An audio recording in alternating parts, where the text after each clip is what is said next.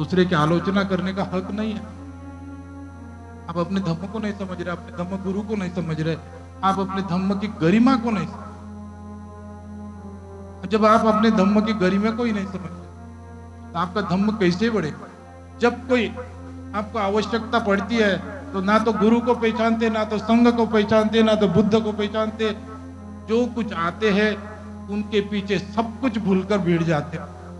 तो धम्म का मंच या धम्म का काम होना चाहिए, या सूत्र पठन होना चाहिए, या प्रवचन होना चाहिए। होता कितना नहीं होता कितना पता नहीं।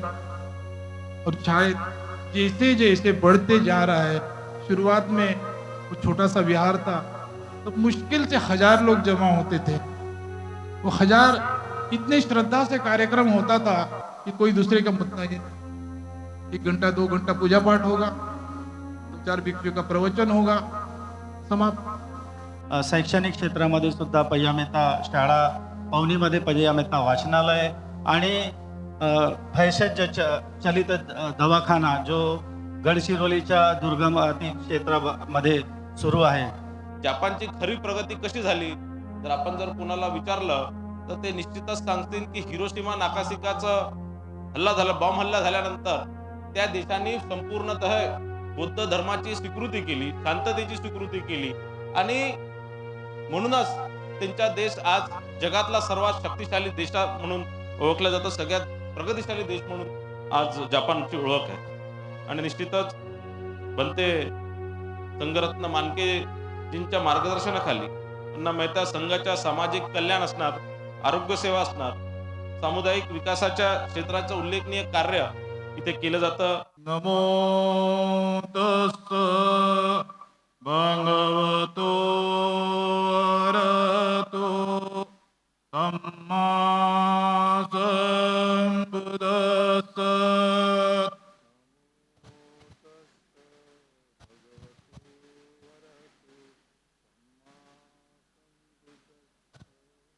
नमो तस्स भगवतो अरहतो सम्मा संबुद्दस्स।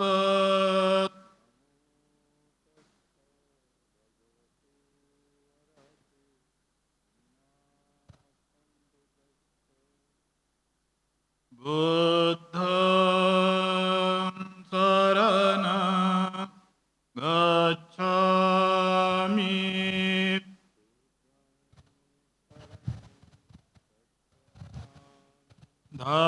धम्मं शरणं गच्छामि,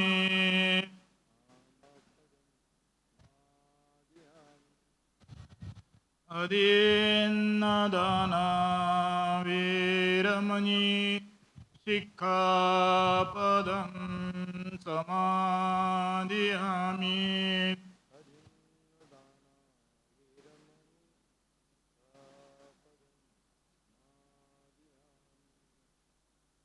कामेषु मिच्छाचारा वीरमणि सिक्खापदं समादियामि।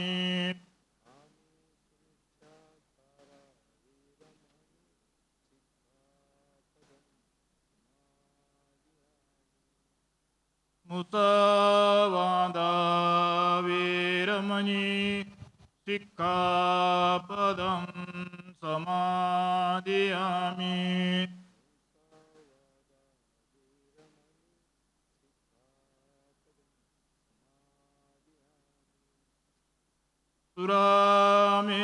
सुरामेरयमज्ज पमादटना वीरमणि सिक्खापदं समादियामि।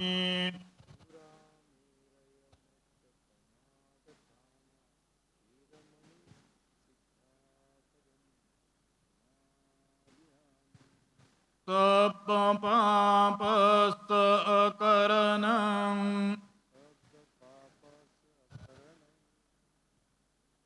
कुशलस्य उपसम्पदा क्वचित्तपर्योदपनम् एतं बुद्धानुशासनम्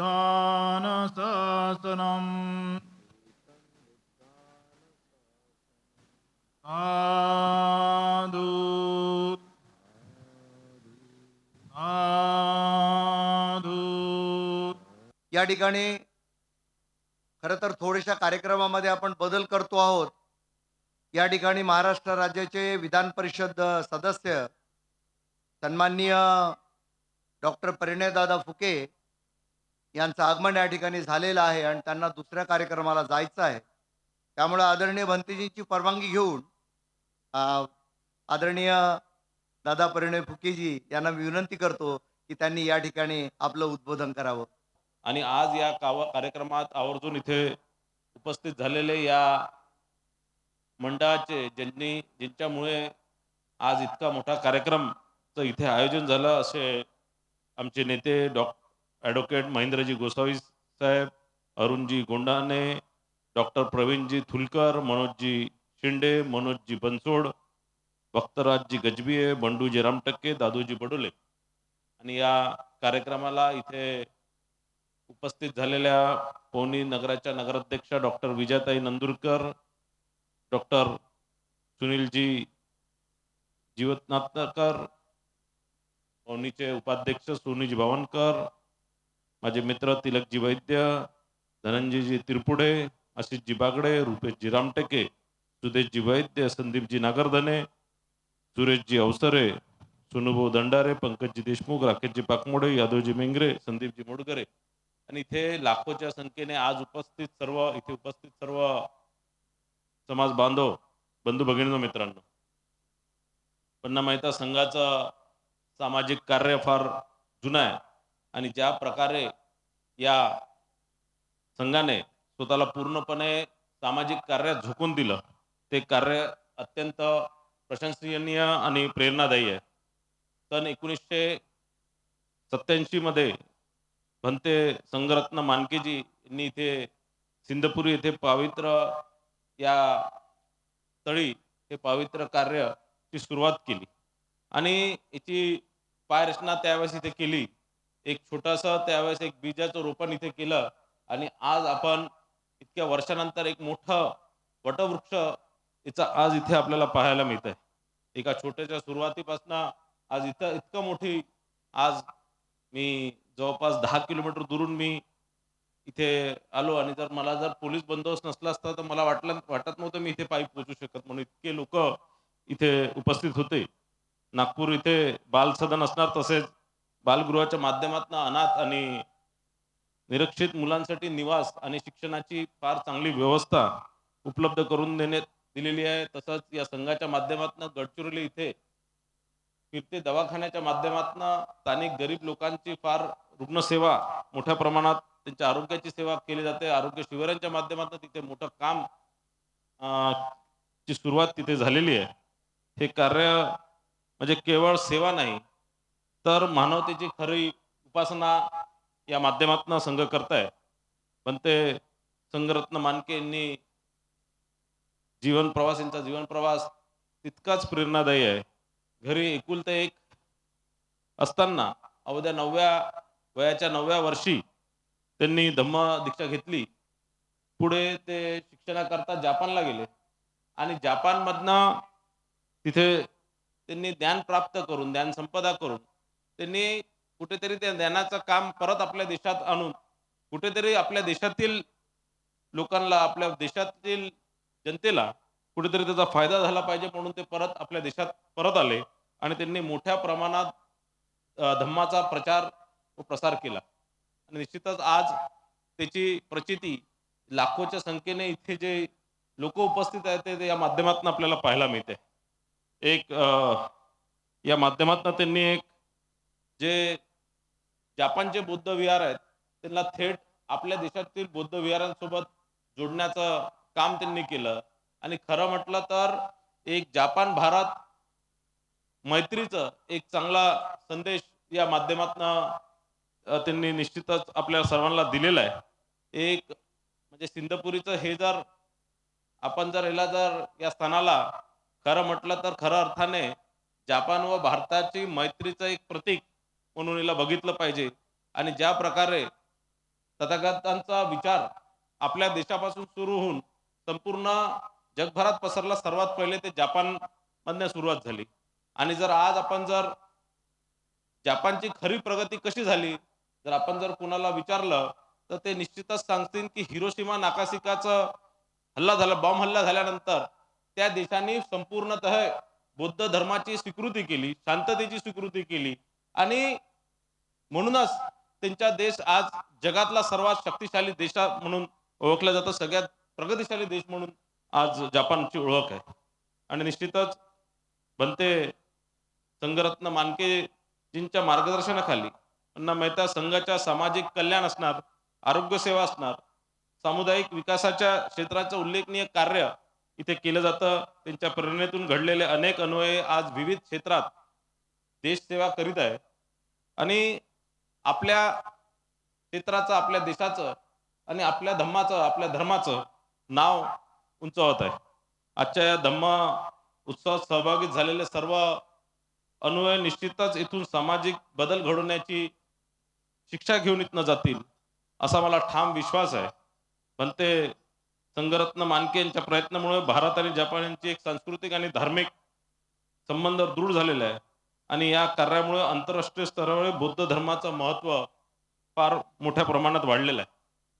मी इथे जास्त बोलणार नाही. तसंही मला असं वाटतं की आताच पूजनीय भंते सिल्वनजींनी ज्या प्रकारे मार्गदर्शन केलं, ज्या प्रकारे धम्म काय आहे हे त्यांनी आपल्याला सांगितलं, धम्माचा उद्देश काय आहे, बौद्ध धर्माचा काय उद्देश आहे.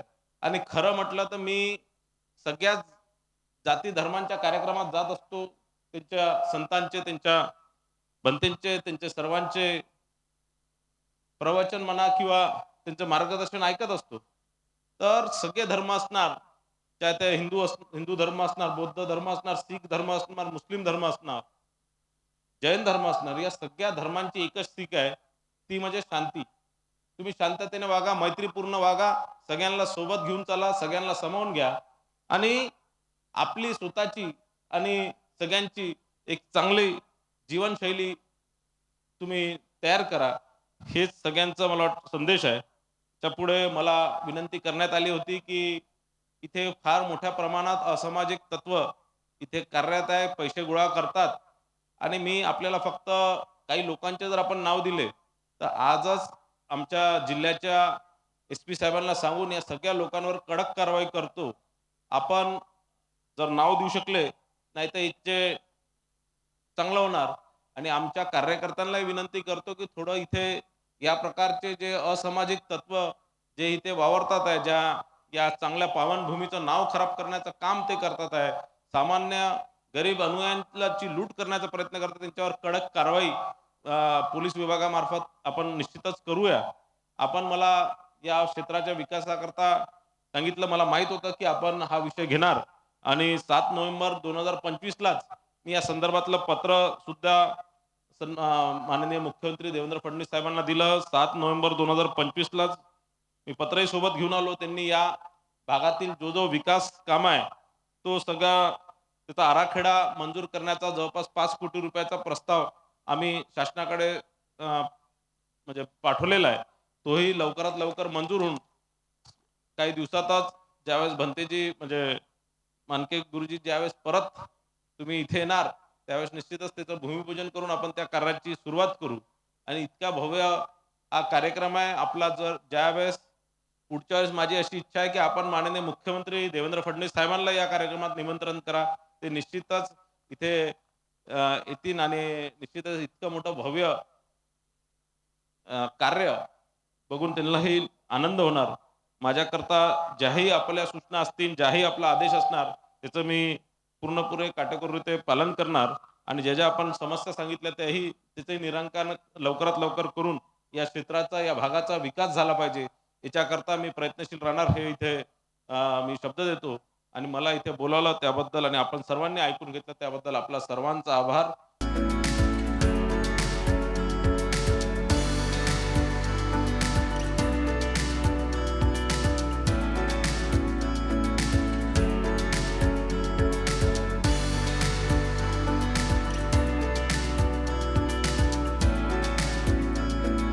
स्वास्थ्य चिकित्सा, वैद्यकीय चिकित्सा असो की आपत्कालची जी परिस्थिती आहे ती असो, किंवा भारत देशामध्ये जिथे कुठे भूकंप येतो, महामारी येते, अशा वेळेमध्ये पय्यामेत्ता संघाचे अध्यक्ष पूजनीय भदंत संघरत्न मानकेजी, भारतीय बौद्धांचे धम्मदूत, ते नेहमी धावून पळत असतात. तर अशा पद्धतीने शिक्षण क्षेत्रामध्ये, वैद्यकीय क्षेत्रामध्ये आणि धम्माच्या क्षेत्रामध्ये पय्यामेत्ता संघाद्वारे सतत कार्य सुरू आहे. डोंगरगडची प्रज्ञागिरीवर जे 30 फुटाची प्रतिमा पूजनीय भदंत संघरत्न मानकेजीद्वारा निर्माण केली गेली आणि पय्यामेत्ता संघाद्वारे दरवर्षी तिथे शिबिर होत असतो, आंतरराष्ट्रीय बौद्ध संमेलन होत असतो. ज्याप्रमाणे धम्म उत्सव महासमाधी भूमी महाविहाराला होत असतो, त्याचप्रमाणे तिथे सुद्धा कार्यक्रम होत असते. अशाच पद्धतीने हा धार्मिक कार्यक्रम असून सुद्धा पय्यामेत्ता बालसदनाच्या सामाजिक आणि शैक्षणिक क्षेत्रामध्ये सुद्धा पय्यामेत्ता शाळा, पवनीमध्ये पय्यामेत्ता वाचनालय आणि भेषज चलित दवाखाना जो गडचिरोलीच्या दुर्गम क्षेत्रामध्ये सुरू आहे. पूजनीय भदंतीजींचं म्हणणं आहे की ह्या माझं सामाजिक कार्य नाही आहे, हा माझा दिसायला दिसतो तो सामाजिक कार्य आहे, दिसायला दिसतो की तो वैद्यकीय कार्य आहे, परंतु ही माझी दान पारमिता आहे. आणि अशा पद्धतीने पय्यामेत्ता संघ हा दान पारमितेचा सतत पालन करत असून आज आपल्याकडे एवढा वैभव आणि जे लोकांमध्ये मैत्री, करुणा नांदत आहे, त्याचा कुठेतरी सिंहाचा वाटा जो आहे पूजनीय भदंत संघरत्न मानकेजी पय्यामेत्ता संघाचा आहे. はい、皆さんこんにちは。ジャイピン。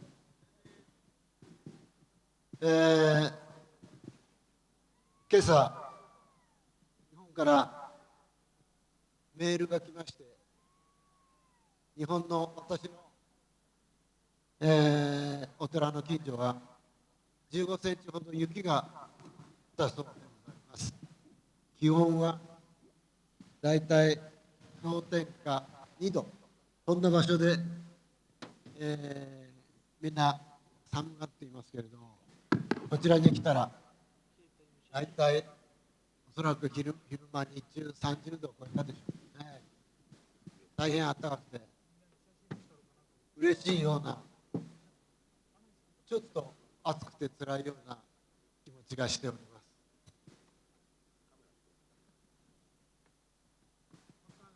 わかんない。じゃあいい。今回は天上林さんができて改装されて39年目、そしてサンガ氏がパンニャメッタサンガ協会を運営し始めて39年、またあの大きな本堂が立ち上がってから19年という節目の19年という年に当たっております。 आप सबको ज्ञात है, आज हम दिन जो मना रहे हैं वो पय्यामेत्ता संघ के शुरुआत को 45 इयर्स, महासमाधि भूमि विहार को 39 इयर्स और महासमाधि भूमि महाविहार को 19 साल संपन्न होने के उपलक्ष्य में आज इस कार्यक्रम का आयोजन किया गया। 長い時間が経ったわけでありますけれども、その間、サンガ氏にとっても平坦な道ばっかりではなかったと思います。 हम लोग मार्फत यहाँ एक आज के दिन आकर यहाँ के कार्य को नहीं देख रहे, भंते संघरत्न जी के साथ हमेशा रहकर उनके विचार, उनके कार्य को देख रहे। ये 40 वर्ष 45 वर्ष उनके लिए कितना कठिन था, ये भी हम करीब से देख रहे हैं। पय्यापीठक डॉक्टर पूज्य भदंत नंदरतन महाथेरो, श्रीलंका बुद्ध विहार, अशोक स्तंभ, जिला कुशीनगर, उत्तर प्रदेश। आपने पूजनीय अग्ग महापंडित पूज्य भदंत ज्ञानेश्वर महाथेरो जी द्वारा तथागत सम्यक संबुद्ध के महापरिनिर्वाण स्थल म्यांमार बौद्ध विहार कुशीनगर में 10/10/2000 को उपसंपदा प्राप्त के पश्चात वाराणसी के संपूर्णानंद संस्थान में विश्वविद्यालय से 2019 को पाली भाषा में पीएचडी प्राप्त कर इंटरनेशनल थेरवाद बौद्ध मिशनरी विश्वविद्यालय यांगून म्यांमार से बौद्ध धम्म के में डिप्लोमा प्राप्त कर 2025 को म्यांमार सरकार द्वारा सद्धम्म ज्योति का ध्वजा पुरस्कार प्राप्त किया।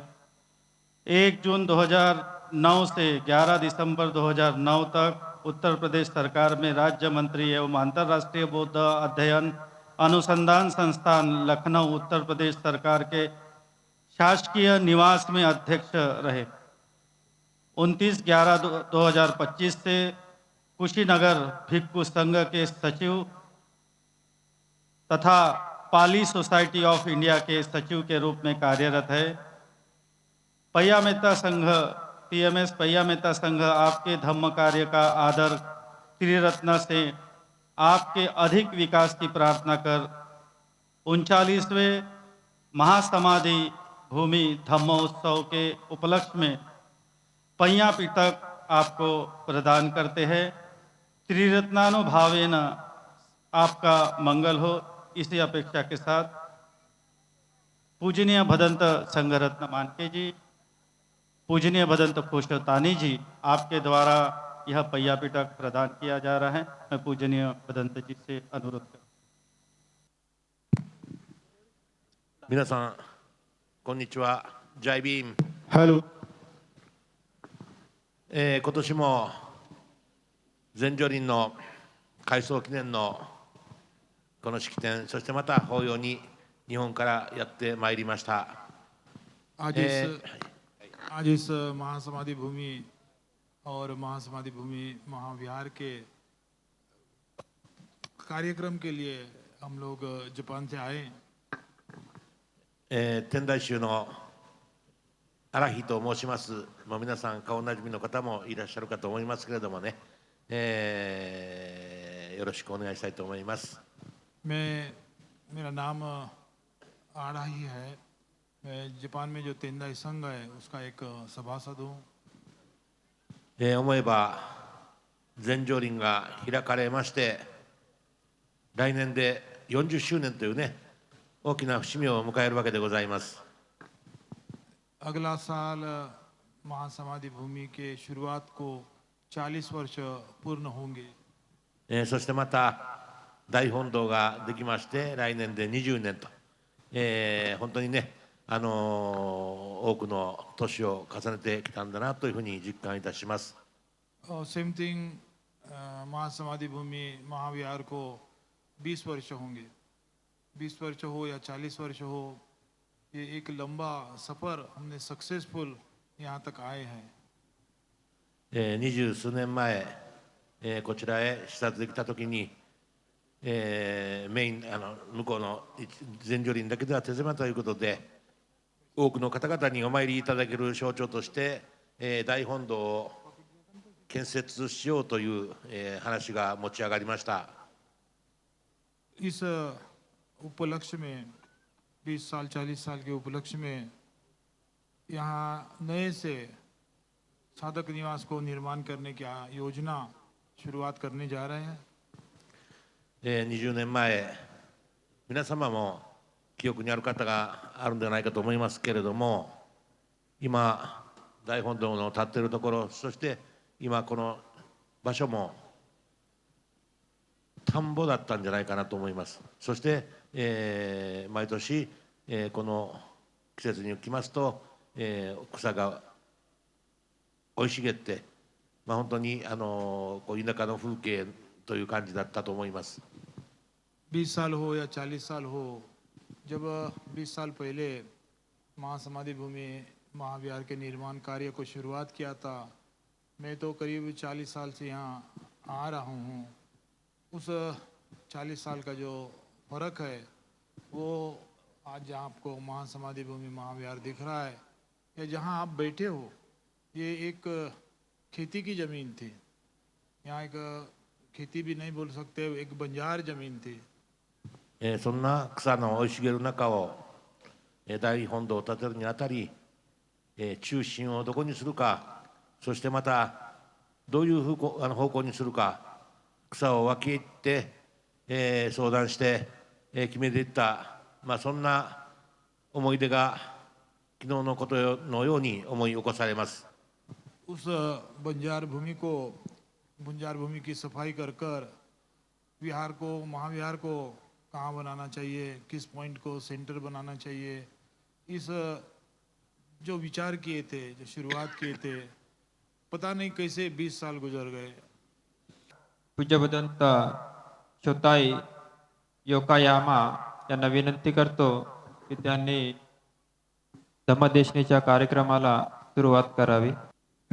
この全上林パニャメッタの総本堂ができて来年が20年、それから全上林パニャメッタの改装がされて40周年、来年は40周年を迎えます。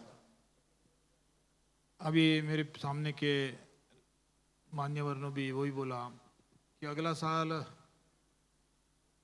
पंजामित्र संघ के कार्य को शुरुआत होकर 45 वर्ष, महासमाधि भूमि विहार को निर्माण कर 40 वर्ष, महासमाधि भूमि महाविहार को निर्माण कर 20 वर्ष पूर्ण हो रहे हैं.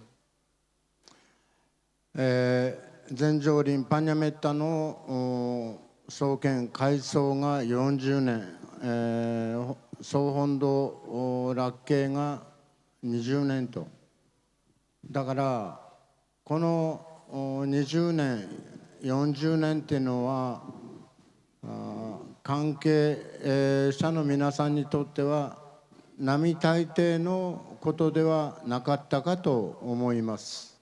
40 साल हो या 20 साल हो, यहाँ तक इस कार्य को आगे बढ़ाने के लिए इस पंजामित्र संघ महासमाधि भूमि से संबंधित आप सब लोगों का जो मार्ग था वो इतना आसान नहीं था कि इजी 2 शब्द में संपन्न किया जाए. アンベトカル博士が仏教の改宗運動を始められた、ヒンドゥー教から仏教徒に、多くの方々が改宗されたわけです。 1956 में बोधिसत्व बाबा साहब अम्बेडकर इनके कठोर कष्ट से तमाम लोगों ने बुद्ध धर्म को स्वीकार किया, बुद्ध धर्म की दीक्षा ग्रहण किया. 仏教に帰依する皆様方はやはり、自分たちが拠点として、あるいはそれぞれの思いを祈りに変えて捧げる場が多くの皆様方の願いでもあったわけです。 तमाम लोगों को की आशा थी, तमाम लोगों को लगता था कि दीक्षा ग्रहण करने के पश्चात एक श्रद्धा का स्थल हो, एक श्रद्धा के लिए, श्रद्धा प्रकट करने के लिए, प्योरली श्रद्धा प्रकट करने के लिए एक जगह हो.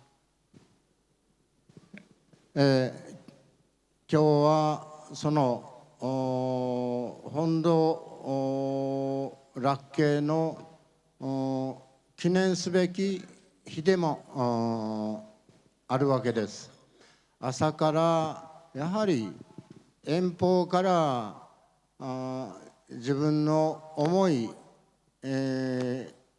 祈りをこの本堂で、捧げてこられた方、本当にたくさんの方々が今日一日において、見えたわけです。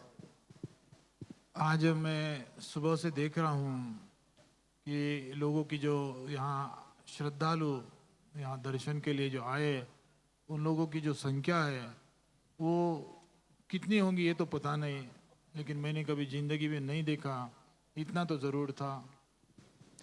本堂の周りに、植えた本当に小さい木が20年も経つと花をつけ、中には大木になっておる木もあります。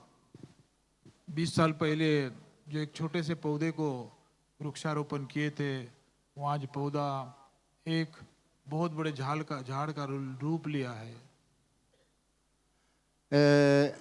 まあもちろん人の手によって植えられた木はやはり思いをその木に託して、多くの方々の思いが一本一本の木に託されているようであります。 जिन्होंने भी एक एक पौधा लगाया, वो हर एक पौधे के पीछे जिन्होंने लगाया उनकी एक भावना बसी हुई है।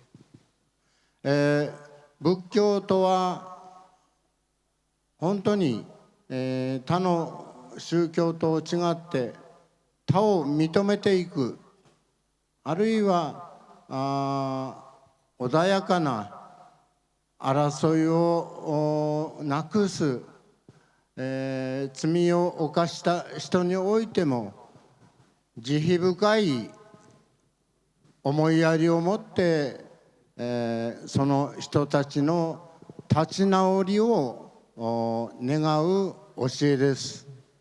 बुद्ध धम्म का एक महत्वपूर्ण उपदेश है। मैत्री और करुणा, ये दो जो उपदेश है, ये बुद्ध धम्म के अनमोल उपदेश है।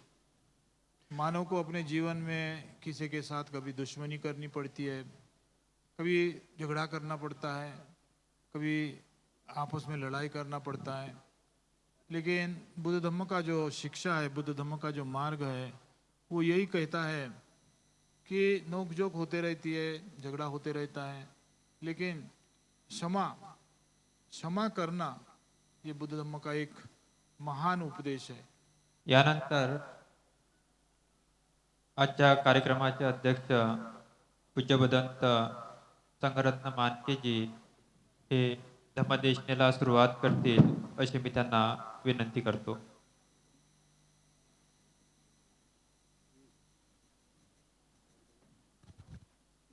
ज्ञान प्राप्ति ग्रहण सम्यक संबुद्ध, ज्ञान प्राप्ति का मार्ग बुद्ध धम्म, ज्ञान प्राप्ति मार्ग से चलने वाला संघ, त्रिरत्न को पंचांग प्रणाम। आज के कार्यक्रम का हर जगह में मेरा नाम अध्यक्ष के रूप में प्रकट किया गया है, लेकिन कल सवेरे से बालाघाट में कुछ कार्यक्रम होने के कारण मुझे थोड़ा जल्दी यहाँ से रवाना होना है, इसलिए मेरी जो पद है वो मंच के ऊपर उपस्थित डॉक्टर मेहता जी नंद जी को सौंपकर अपने प्रवचन को सक्षम में समाप्त कर जाता हूँ। आज यहाँ जो परिस्थिति है, हर साल की वही परिस्थिति रहती है कि 2-4-5 लोगों के सामने मुझे प्रवचन देना पड़ता है, आज भी देना पड़ रहा है। लेकिन एक खुशी की बात है, मानव को मेरे प्रवचन की जरूरत नहीं है, लेकिन एक कुत्ता तो सुन रहा है। भैया मैं टोकना मार रहा हूँ, हाँ? जिसके पास में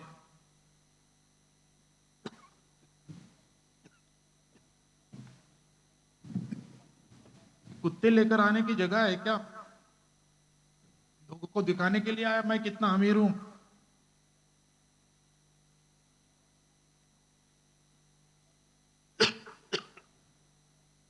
जो कुत्ता है ना, जिसके पास निकल जाओ,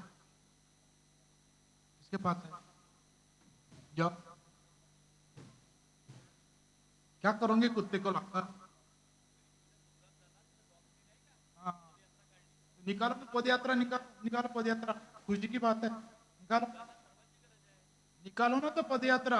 यहाँ नहीं है गरज, यहाँ नहीं है गरज।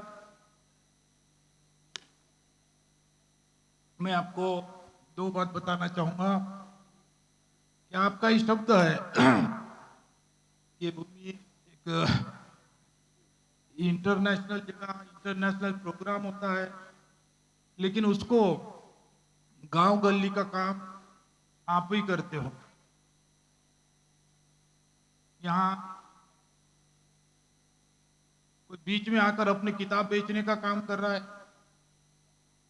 बीच में आकर जो प्लान में नहीं है वो काम करने आ रहा है, और एक तरफ बोल रहे हैं कि यहाँ का जो कार्यक्रम है वो इंटरनेशनल कार्यक्रम है। शायद आपने सत्य जो इंटरनेशनल कार्यक्रम किस तरह का होता है देखा नहीं होगा, परखा नहीं होगा, इसलिए जो चिल्लरपना होता है, कोई किताब लेकर आता है, कोई फोटो खींचने को आता है, दूसरा कोई सोचता ही नहीं है। यहाँ आना चाहिए कि जब भी किसी ने बोला नाच गाने चालू हो रहे और बोलते अभी मुख्य काम चालू हो रहा है। हमने कभी 40 साल के वर्ष में ये सोचा नहीं इस कार्य का मुख्य कार्यक्रम नाच गाना होगा। या मुख्य जो कार्यक्रम है या तो पूजा पाठ होगा, सूत्र पठन होगा, या तो प्रवचन होगा। ये नाच गाने का कार्यक्रम कब से मुख्य हो गया? थोड़ा सा हमने विचार करना चाहिए। आपको इंटरनेशनल बनाना है तो थोड़ा इंटरनेशनल क्या होता है ये पहले समझना चाहिए। दूसरी बात 2 मिनट में खत्म करूंगा क्योंकि मुझे ही जाना है। अभी अभी एक बगल के डिस्ट्रिक्ट में कार्यक्रम हुआ। एक किसी बड़े पॉलिटिकल आदमी ने एक किसी बड़े बुद्ध के नहीं दूसरे किसी धर्म गुरु को बुलाया। हमने देखा होगा,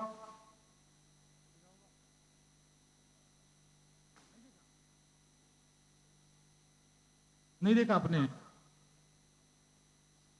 मैं जापान में था फिर भी मैंने देखा बगल के डिस्ट्रिक्ट में, नाम लूंगा तो उचित नहीं है इसलिए लेता नहीं हूं।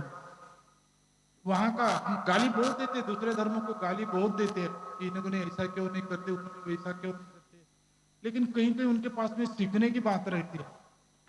वो जो पॉलिटिकल आदमी, इतना पैसे उनके पास पता नहीं, प्राइवेट जेट से वो साधु को अपने गांव में ला रहा है। प्राइवेट जेट से वो साधु जब उतर रहे तब वहां जाकर पैर पड़ रहे हैं। क्या क्या नहीं सेवा किया होगा उनका वो जाने। यहां हमारा इतना बड़ा मंच, इतना बड़ा धार्मिक काम, इतने लोगों के सामने का काम, मैं नहीं बोल रहा हूं कि मेरे को प्राइवेट जेट चाहिए।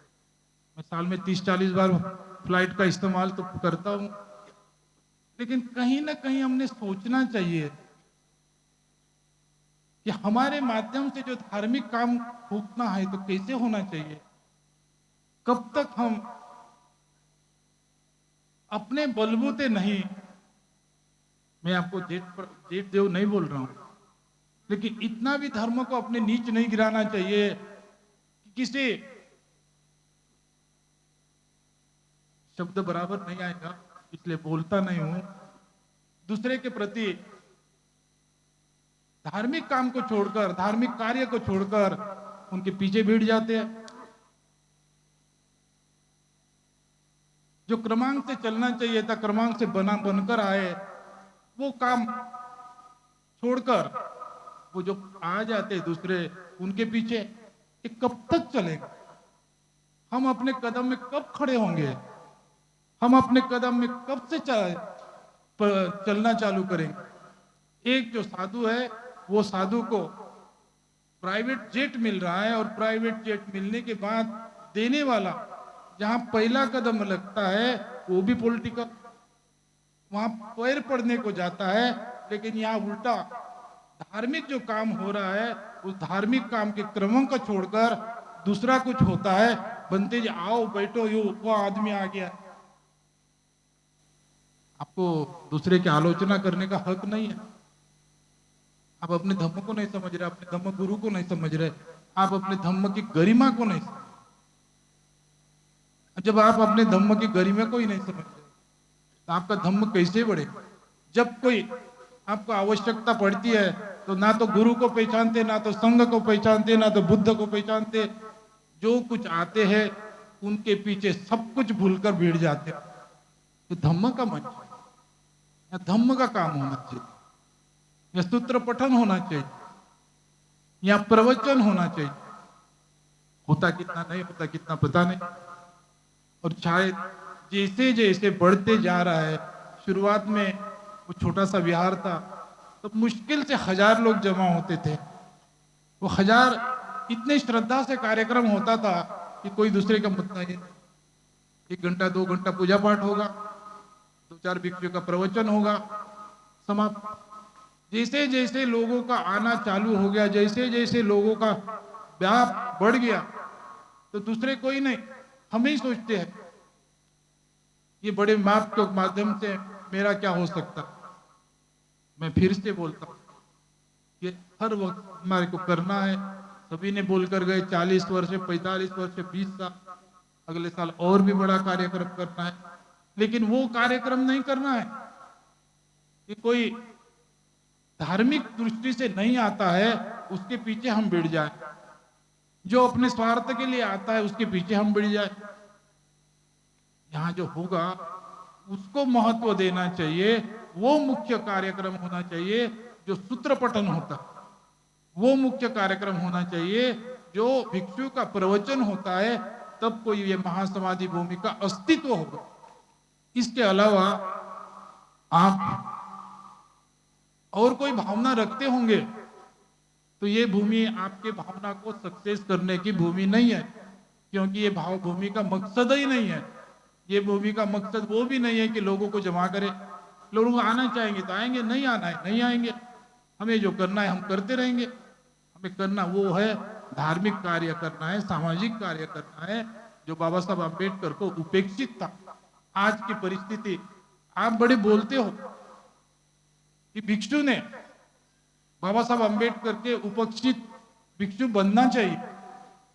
आज के कार्यक्रम के माध्यम से आपने सोचना चाहिए कि उपासक बाबा साहब अम्बेडकर के जो उपेक्षा थी उसके माध्यम से धम्म को सहारा दे रहे या नहीं, हमने सोचना चाहिए। यहाँ की बात नहीं है, यहाँ की बात नहीं है, जगह जगह यही होता है, नाम धम्म का, लेकिन काम पता नहीं। और अगले साल बड़ा कार्यक्रम है तो हमने अच्छे से महासमाधि भूमि का फिर से उद्देश्य उपदेश को एक बार अच्छे से विचार कर कार्यक्रम को बढ़ाते रहेंगे, यही अपेक्षा करते। और आज के 2 शब्द समाप्त करता हूँ। नमो बुद्धाय। मे शरणं अय्यं बुद्धो मे शरणं वरं एतेन स्वच्छवज्जेन होतु ते जय मंगलम्। नत्थि मे शरणं अय्यं धम्मो मे शरणं वरं एतेन स्वच्छवज्जेन होतु ते जय मंगलम्। नत्थि मे शरणं अय्यं संघो मे शरणं वरं एतेन स्वच्छवज्जेन होतु ते जय मंगलम्। इमाय बुद्धपूजाय कथाय शुद्धचेतसा चिरंटितन्तु सद्धम्मो लोको हन्तु सुखी सदा। इमाय धम्मपूजाय कथाय शुद्धचेतसा चिरंटितन्तु सद्धम्मो लोको हन्तु सुखी सदा। इमाय संघपूजाय कथाय शुद्धचेतसा चिरंटितन्तु सद्धम्मो लोको हन्तु सुखी सदा।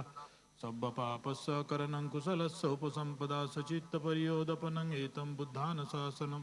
साधु साधु।